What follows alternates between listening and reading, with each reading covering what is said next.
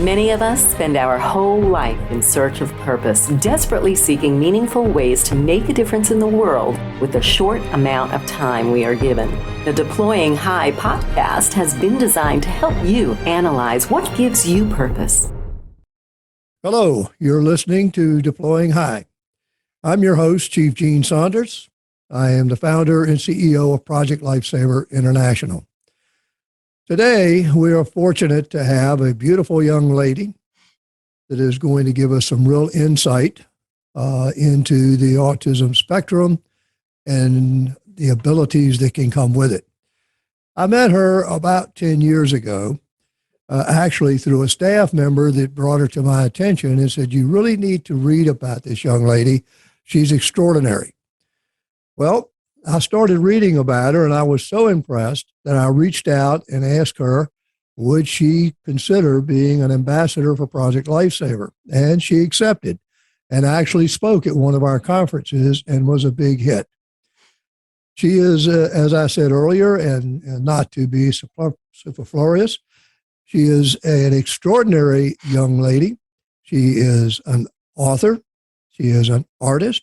She is a public speaker. And even more extraordinary, she is a lawyer. And she's done all of this while being on the autism spectrum. I'd like to welcome today, and please help me in doing so, Miss Haley Moss. Hello, Haley. Hi, thank you so much for having me, Chief. It really is a pleasure to get to join you here at Deploying High. Well, thank you. And like I said, you've been an ambassador for some time. You've been very active. We have appreciated that. You supported us. I'd kind of like to start off with so people can know you and understand, who is Haley Moss? Where did she come from? That's a lot to unpack. Yes, it is. I'm going to try my best. So you heard a tiny bit about me. I am from South Florida. I'm born and raised. I can't imagine being anywhere else other than somewhere that it is warm and sunny most of the year. Except for when it's rainy season, as we know.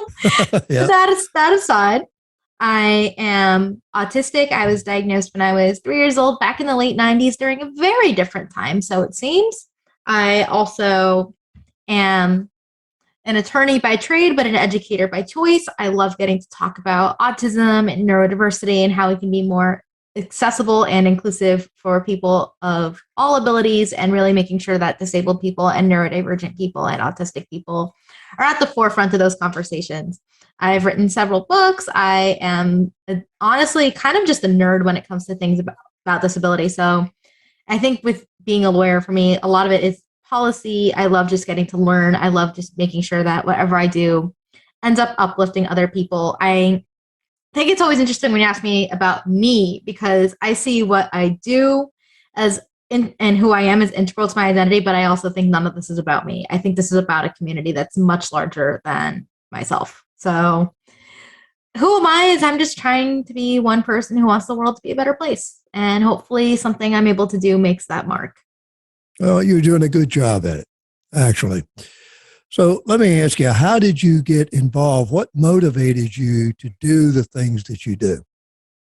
I got involved in the autism community by accident. So I got involved as a teenager because I was asked about speaking on a panel, because I was diagnosed, and the folks that really supported my family all the years was the University of Miami's Center for Autism and Related Disabilities.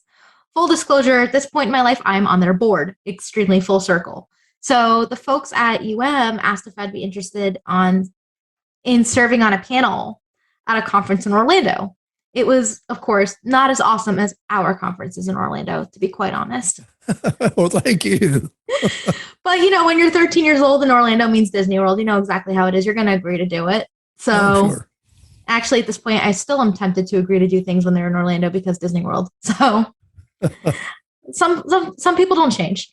And I was really excited to do this because I was also raised to give back whenever you can. And so many people have been supportive of me, and a lot of folks have been involved in my development and my growth growing up. And I'm like, I have to give back. So I went to this conference and I'm on this panel. And the panel is all men and adults. And there's 13-year-old Haley just there. And most of the questions were geared at me because we didn't hear a lot from autistic women and girls at the time. We didn't know, we didn't hear from young people about things like adolescence. We were mostly hearing the experience extremely from that very male centric view. So when I was asked to talk about even how I knew about my diagnosis, it was really groundbreaking for a lot of folks to hear. And that's also how I got started. I got approached about writing my first book about middle school because I had just finished the 8th grade and was extremely excited and also a little nervous about going to high school and all of this stuff. And before I knew it, this became a huge part of my life. I did become someone who enjoyed writing more. I always liked to write, but even getting to speak publicly and write about my autism for me at the time was a very need to know private thing. I didn't think it was that important to other people as a young teenager. I just wanted to survive school. I think a lot of us feel that way. I think a lot about what's the Princess Diaries and how Anne Hathaway's character is tasked with being a princess. And she goes, I don't want to be a princess. I just want to pass the 10th grade. And I think that was a lot of my kind of attitude at that age was I don't want to be someone with a disability that's very open about it. I just want to get through high school. I just want to get through the day. I don't want to be seen as less than. I don't want to be bullied. I think my attitude at that age was very different. So it was very need to know. So parents, teachers, close friends. And I was actually doing an art show when I was in high school because I'm also an artist, as you mentioned. And part of my proceeds were benefiting an autism organization. And I hand a flyer to my freshman English teacher. And he asked me to talk about my artwork and stuff in front of the class. And of course, I'm comfortable with that. And then he asks me why part of the proceeds are going to this autism organization. And I had maybe 30 seconds to come up with an answer. And I didn't know what else to do other than just say, well, I'm autistic. That's why. So that was how I ended up telling everybody. And that was also kind of a catalyst for why I didn't publish under a pseudonym, why I ended up just keeping everything attached to who I am. And honestly, it all changed my life. And I've been involved in our community ever since. Well, you're doing a wonderful job at it, Haley. Seriously. You've stepped in a couple of times at our conference and emceed and did a fantastic job. And I thank you for that. Now, why did you want to become, and you have to understand where I'm coming from being a cop. Okay, I think you know that. How did you decide that you wanted to go into law? I didn't. I honestly Okay. thought that I wanted to be a doctor. That when I was in high school, even when I started working with you, I had it really set in my mind that I was going to be a psychiatrist. I thought it would be the coolest thing in the world to help other people with disabilities and autism in order to understand themselves and also to get help that they needed. I thought that would be like the coolest job on the planet. Anyway, I get to college and first year chemistry absolutely wrecks me. And I realize I am not a science person. It's not the thing that makes me excited. I don't enjoy it. I'm not very good at it. And I'm kind of back to the drawing board career wise. And I have to think about what do I actually enjoy? And I enjoy writing and I enjoy talking to people and public speaking. And I also want to make a difference for others. And that is how I realized those are all things that lawyers do. And I was like, oh, okay, lawyers do that stuff. I want to be a lawyer. And when I actually got to law school, I thought that I wanted to work for the federal government. So that's always an interesting tidbit that people don't always realize as I went to law school when I knew a little bit more about what lawyers did, is that I thought it'd be really cool to work for the Department of Justice and the Civil Rights Division and do disability rights work. I thought that was the dream job. And I did end up working in disability rights very briefly in my first summer of law school, and it was too close to home for me. I felt too much empathy for every person that walked in the door and whose cases I'd end up working on, because there wasn't really much that separated me from my clients, just one or two different life circumstances. And I would think about them all the time.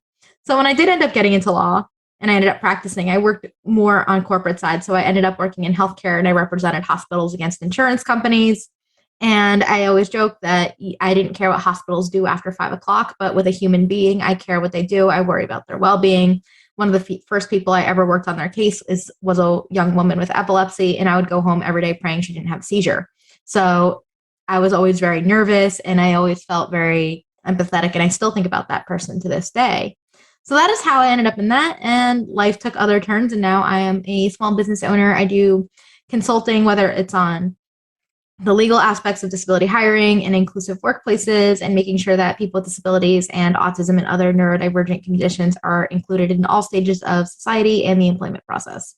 So I think I have a really cool job, and I think law was just a really interesting piece of that. And I think it informs how I think and how I navigate the world. So I'm beyond blessed, and I'm extremely proud to be a Florida lawyer. Well, very good. Very good.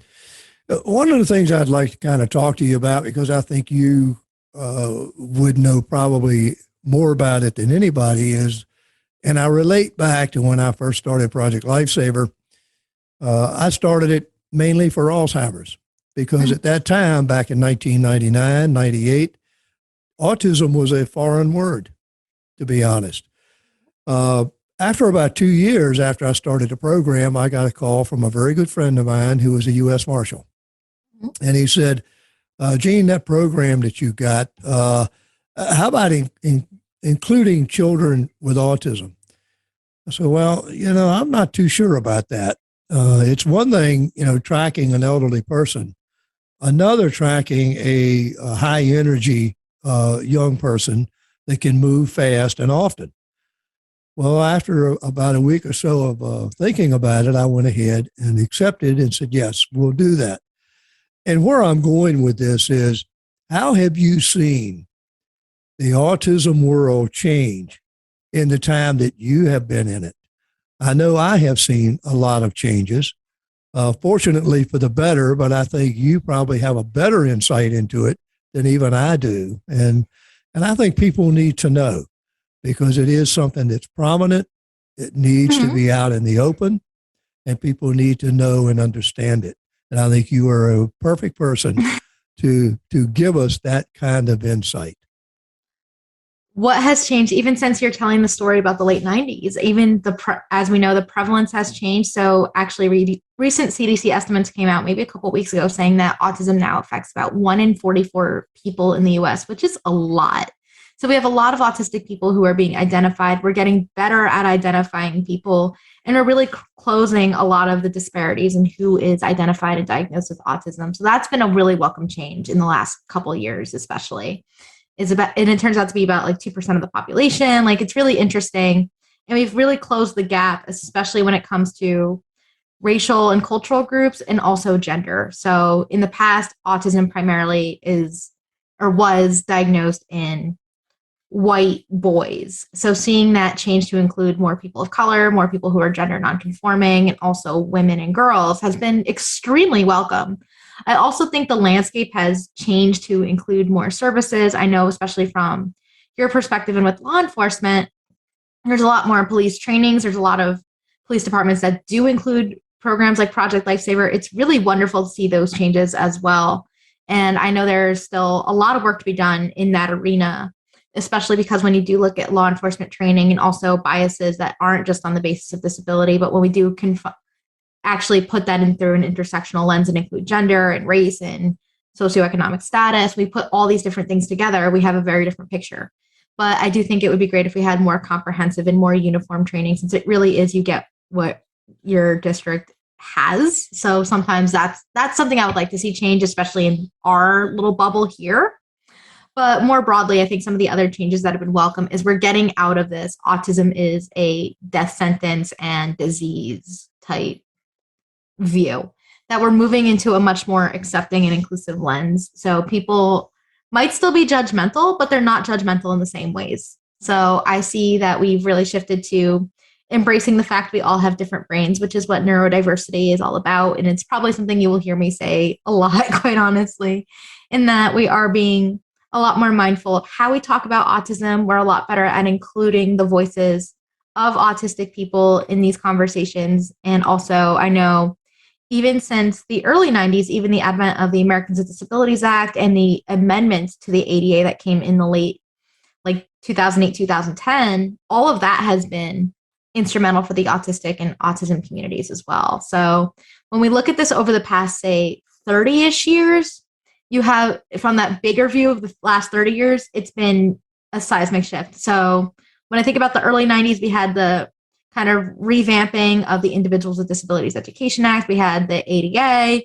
And then so folks are actually able to get the services they need in school. They're able to get accommodations, all this great stuff going on. And now a lot of that generation, like me, we came of age and now we're adults that are starting to really take charge and lead this conversation. So it is exciting. I know that from spending time in the autism community a lot, we say there's not enough change. We say that things move too slowly, but things have been moving a lot faster, especially when we take that bigger zoomed lens and realize how much has changed in 10 years or 15 years or 5 years or 30 years. So I'm excited for what's to come.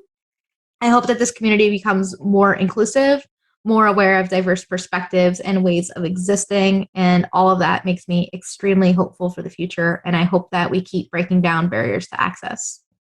Wonderful. Wonderful. Okay. I'm going to keep picking your brain here a little bit, if you don't mind. Okay. Now, you mentioned law enforcement. Mm-hmm. And of course, being law enforcement, here's what I would like for you to expound on a little bit. I'm a young rookie officer getting ready to go into the field. What should I know about autism and how to deal with it so I can do it successfully in interaction that I may have with people on the spectrum? I know that's a deep subject. I was going to say, that's a really loaded question, especially because I am not law enforcement. I was not a prosecutor or defense attorney. So well, I guess where I'm coming from, I come from lived experience. And that's what I'm looking for. What is it that a officer should know about autism so they can better interact with someone on the spectrum? How would you want to be treated if you were interacting with a law enforcement officer? How I would like to be treated, of course, is the same as anybody else. I would want to be treated with respect and dignity and empathy. I think that is the most important thing. And I think when we talk about autism, it's really important to realize that every person is different.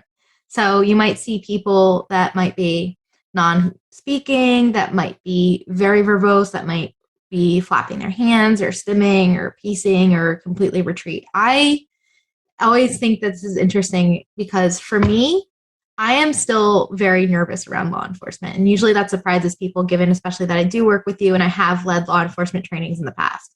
And a lot of that nervousness does come from knowing how autistic people are perceived. So I've always been very conscious of my body language because I don't want to be perceived as suspicious as many of us can be just because of how we operate and move throughout the world, whether it's that we want to touch everything or maybe that we want that sensory input or we have a meltdown and it looks like a mental health crisis.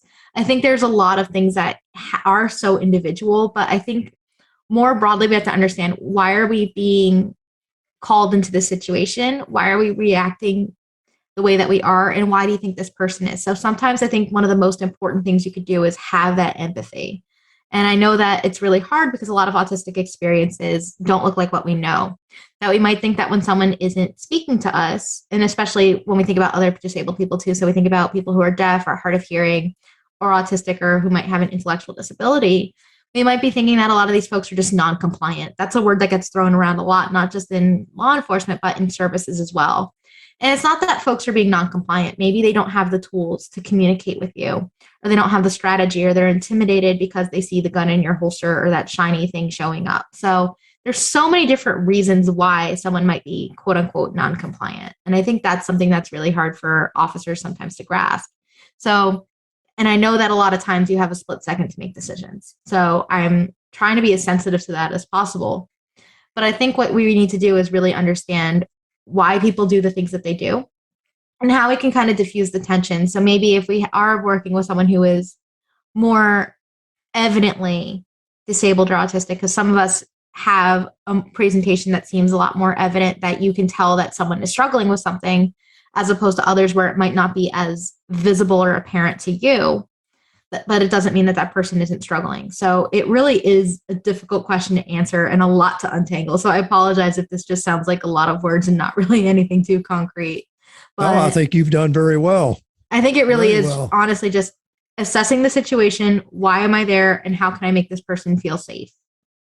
Well, personally, I think, especially after being around you at several of our conferences, which you know is loaded with law enforcement, if you were nervous, nobody could ever tell it. I can assure you. I think there's a bit different nervousness between being at one of your conferences versus if somebody stopped me on the road. Well, you're probably right. In fact, if I got stopped on the road, I would probably be nervous as well. And Exactly. just that connotation that, okay, I've done something wrong. What have I done? Now, what's the result of this going to be? So, but I appreciate that. You did great. You answered it great. You're listening to Deploying High. I am Chief Gene Saunders, founder and CEO of Project Lifesaver, your host, and we are speaking today with an extraordinarily beautiful young woman, Haley Moss. Haley, okay, let's go back a little bit. You have been in the public eye for some time, and rightfully so.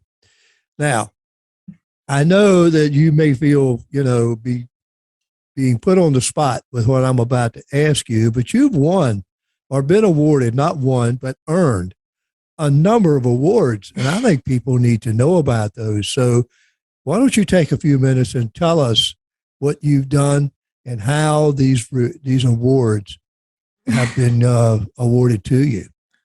Oh my gosh. I always feel really weird doing the humble brag stuff. I know that. I So know, thank you. but Honestly, go for it anyway. I look at a lot of honors and recognition as just a testament to what has been done. And honestly, I don't think it's about me. And I think that's something I really want to stress. And I know that it's so easy to make this about myself, but honestly, even just being an openly autistic attorney has broken a barrier for so many folks when it comes to bringing our full selves to the workplace or realizing that autistic people can and do and will achieve, and really kind of shattering those stereotypes. I see a lot of the awards that I've received kind of as a look, we are recognizing that these barriers are broken, and thank you. I see it as an appreciation, not that I really did something per se, or that, but the impact and the ripple effect. So I look at it as like this past fall, I won an award from the American Bar Association for breaking barriers in the legal profession.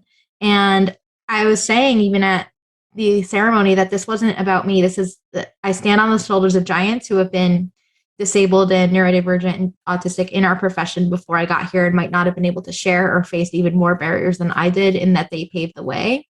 And that I also think this is for the next generation who hopefully won't have the same barriers that they faced and that I faced, so that they have a better time making our profession, for instance, more accessible and inclusive.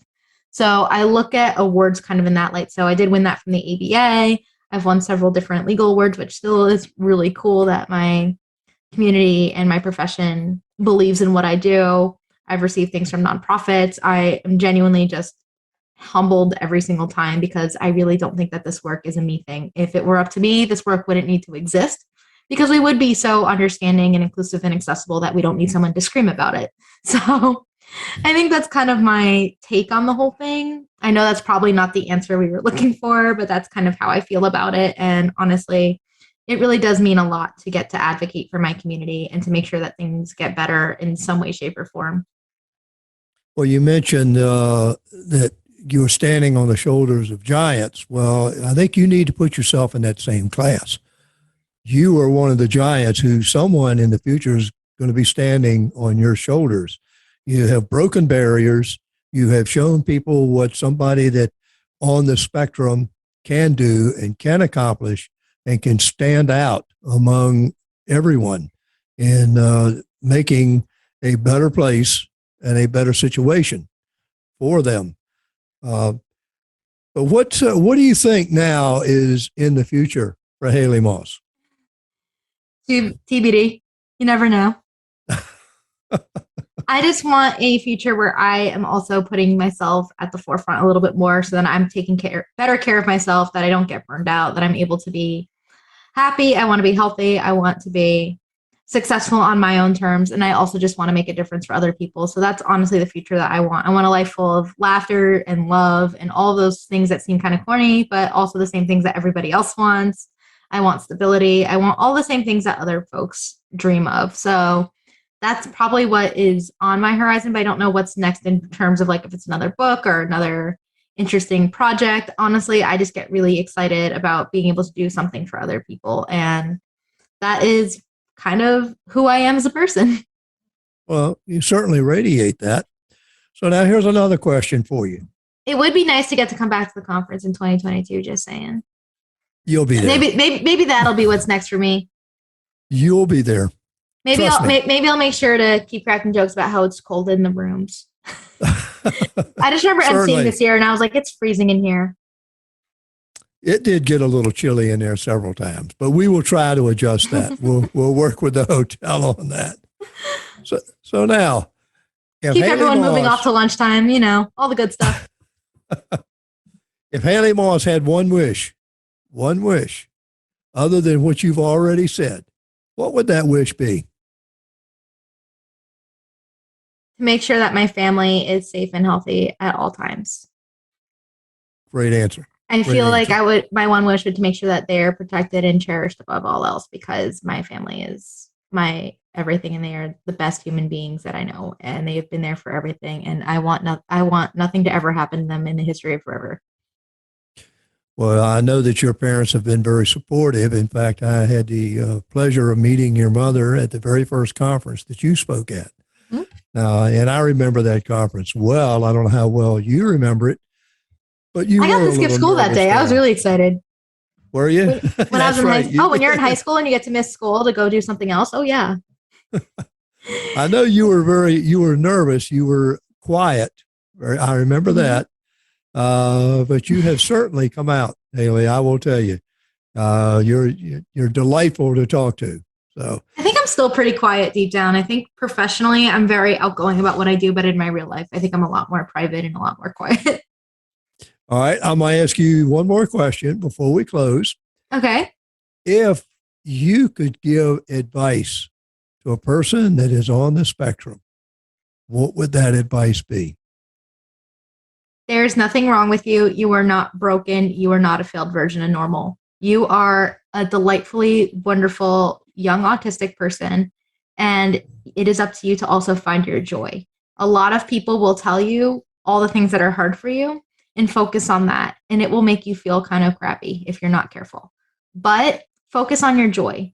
Focus on the things that make you happy, the things that you're passionate about, and the things that matter to you, because that will be the bedrock for everything in your life, and it will make you feel that much more confident and empowered and able to do what you need to do. So focus on and find your autistic joy and celebrate that. So if somebody wanted to reach out to you, Haley, how could they do that? How could they get in contact with you? You can say hello to me at haleymoss.com, or you can visit me on all major social media, and I will do my best to respond, even though my inboxes are usually a black hole. Yeah, I know you're a very, very busy person. We know that. So I would tell anybody that's trying to reach you to be patient, keep trying, because I know that Haley will respond. But anyway, you're listening to Deploying High. I am Chief Gene Saunders, the CEO and founder of Project Lifesaver International, and we have been speaking to Miss Haley Moss, a truly extraordinary young woman that is on the autism spectrum and has reached out and become even more stupendous in being a lawyer, an author, an artist, and there's so many more things that I just can't name them all. But I think you just listening to Haley can give you some tremendous insight, especially if you are uneducated about autism and the spectrum. And I urge you to study more about Haley. And please, what books did you write, Haley? Which ones do you have on the market? I am the author of Middle School, The Stuff Nobody Tells You About, a freshman survival guide for college students with autism spectrum disorders, Great Minds Think Differently, Neurodiversity for Lawyers and Other Professionals, and the Young Autistic Adults Independence Handbook. Great. Everyone reach out. I think this would give you tremendous insight into those on the spectrum and how to interact with them. Haley, I am so happy to be able to talk to you today. And as far as the conference, I said earlier, yeah, you'll be there. We already plan on that. So put that on your calendar, if you will. All right, I will. All right. Thank you, Haley. I really appreciate you taking the time to speak with us. And I am closing now with Deploying High, Chief Gene Saunders, founder and CEO of Project Lifesaver International. If you have not subscribed to our channel as yet, please do so. We talk to many interesting people, such as Haley, and I think the information that we bring to you can definitely be helpful in your daily life. Thank you and have a great day. Thanks for listening to this episode of the Deploying High podcast with Chief Gene Saunders, brought to you by Project Lifesaver International. Deploying High would like to thank all of our supporters across the country and around the world. If you'd like to help support the podcast, please subscribe to our channel, make a donation, and don't forget to tell a friend about us. All proceeds from the Deploying High podcast go to support Project Lifesaver International, online at projectlifesaver.org, the original 501c3 nonprofit organization.